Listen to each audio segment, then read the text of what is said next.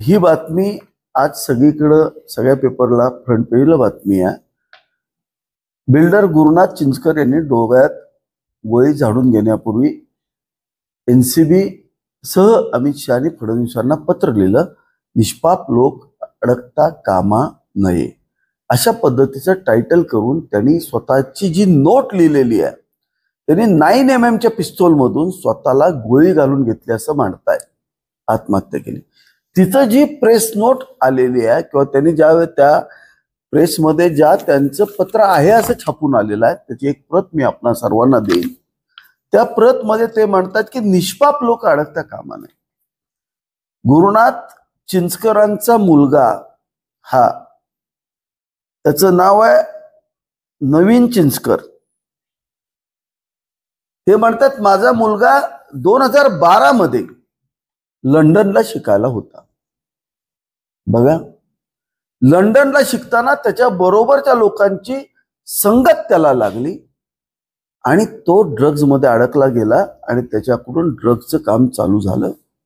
माझ्या कुटुंबियांनी त्याला समजवलं, सगळं केलं, परंतु तो काय परदेशातच फरार राहिला। त्यांनी पुढे काही गांभीर्यानं याच्यामध्ये काही गोष्टी नमूद केलेल्या आहेत। त्यातली सगळ्यात महत्वाची गोष्ट त्यांनी सांगितलेलं आहे, तिकडे त्याला कोणाची संगत लागली माहित नाही, परंतु एका वाईट विश्वात तो ओढला गेला।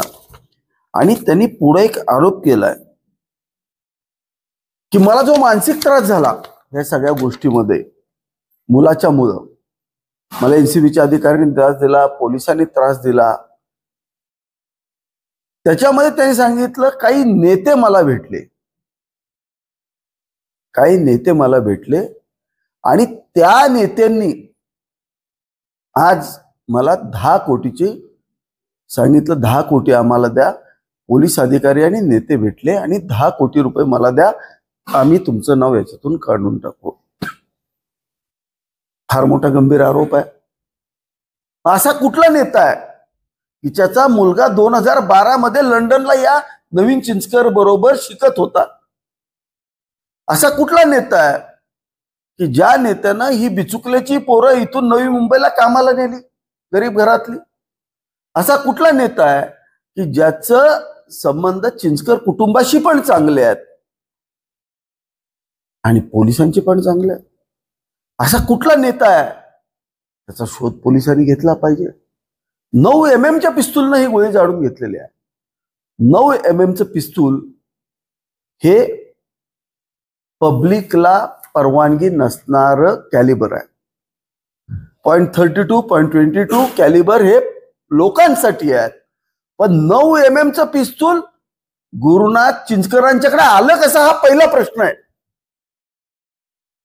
मग नार्कोटिक्सचे अधिकारी किंवा पोलीस अधिकारी, केंद्रातले काही एजन्सीज तिकडे पोहोचल्या तर नाहीत ना? किंवा चिंचकर कुणाचं नाव घेणार आहेत असं त्यांना भीती तर वाटली नाही ना?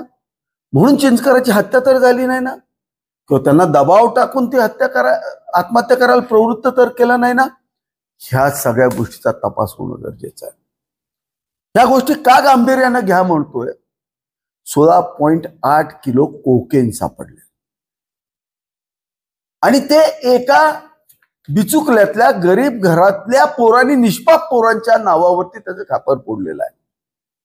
सातत्यानं बिचुकल्याला त्या ठिकाणी कोरेगाव तालुक्यातल्या बिचुकले गावाच्या ठिकाणी मोठ्या प्रमाणावरती सीबीडीटीचे केंद्रातले लोक येत आहेत, चौकशी करतायत, तिथल्या लोकांची सातत्यानं चौकशी करतात। फरार सिद्धेश पवार त्याला कुणी लपवून ठेवला, कुठल्या नेत्यानं लपवून ठेवला, कुठला वरदस्त आहे का त्याचा पण पुन्हा कुठेतरी नेऊन त्या आंधळेसारखा खून केलाय हे आम्हाला माहित नाहीये। सिद्धेश पवार जिवंत आहे का मेला हे माहित नाहीये आम्हाला। जो फरार आरोपी आहे त्याला फरारी कोणी केलं हे चेक केलं पाहिजे। आणि जे गुरुनाथ चिंचकर ज्यांनी आज आत्महत्या केली नवी मुंबईमध्ये, त्यांना कुठले नेते भेटले, त्यांचे सगळ्यांचे व्हॉट्सअप, फेसटाईमचे कॉल रेकॉर्ड्स त्यांच्या कुटुंबांचे जबाब हे झाले पाहिजेत. त्यांनी स्पष्ट म्हणलेलं आहे, निष्पाप लोक अडकता कामा नये. त्यांनी हे पत्र राज्याचे गृहमंत्री आणि मुख्यमंत्री फडणवीस साहेबांना आणि गृहमंत्री अमित शहा साहेबांना लिहिलेलं आहे, लक्षात घ्या. आणि याची सगळी पाळंमुळं ही कोरेगाव विधानसभा मतदारसंघ असल्यामुळे आज मी या ठिकाणी प्रेस घेतलेली आहे. माझी विनंती आहे की राज्य सरकारने प्रचंड गांभीर्यानं या प्रकरणाकडे पाहिलं पाहिजे की 200 कोटीचे ड्रग्ज नवी मुंबई सारख्या ठिकाणी सापडतात. आणि ही जर प्रकरणं आपण जर सोडून देणार असू तर फार मोठ्या प्रमाणावरती आज मुलांचं आयुष्य संपून जाईल.